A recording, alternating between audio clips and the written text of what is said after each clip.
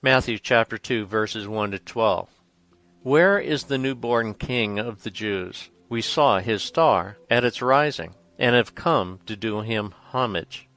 When Jesus was born in Bethlehem of Judea, in the days of King Herod, behold, the Magi from the east arrived in Jerusalem, saying, Where is the newborn King of the Jews? We saw his star at its rising, and have come to do him homage. When King Herod heard this, he was greatly troubled, and all Jerusalem with him. Assembling all of the chief priests and the scribes of the people, he inquired of them where the Messiah was to be born. They said to him, In Bethlehem of Judea. And thus it has been written through the prophet, And you, Bethlehem, land of Judah, you by no means least among the rulers of Judah, since from you shall come a ruler, who is to shepherd my people Israel. Then Herod called the Magi secretly and ascertained from them the time of the star's appearance. He sent them to Bethlehem and said, Go and search diligently for the child. When you have found him, bring me word, that I too may go and do him homage. After their audience with the king, they set out, and behold,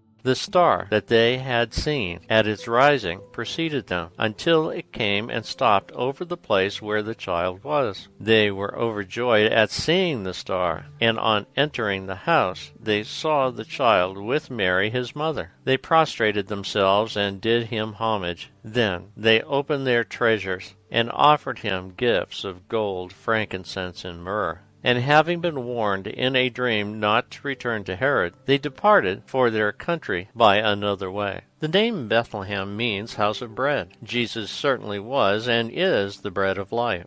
Bethlehem was the ancestral home of David.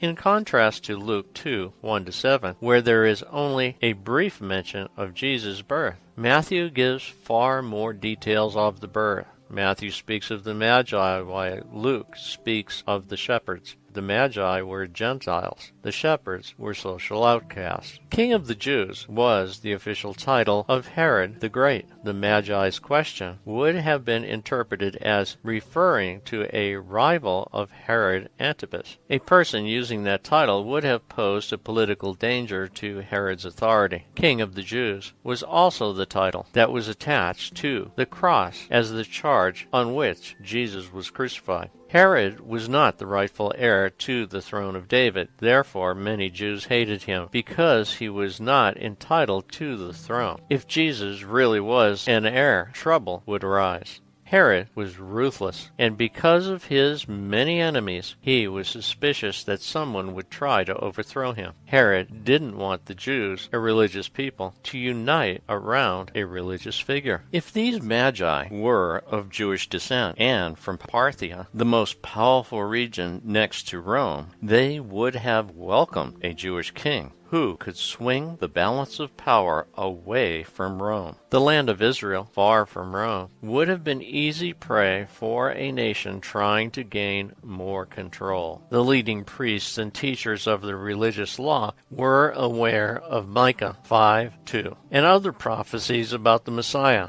The Magi's news troubled Herod because he knew that the Jewish people expected the Messiah to come soon. Most Jews expected the Messiah to be a great military and political leader like Alexander the Great. Herod did not want to worship Christ. He was lying. This was a trick to get the Magi to return to him and reveal the whereabouts of the newborn king. Herod's plan was to kill Jesus. Most religious leaders believed in a literal fulfillment of the Old Testament prophecies. They believed the Messiah would be born in Bethlehem. Ironically, when Jesus was born, these same religious leaders became his greatest enemies. When the long-expected Messiah finally came, they didn't want to recognize him.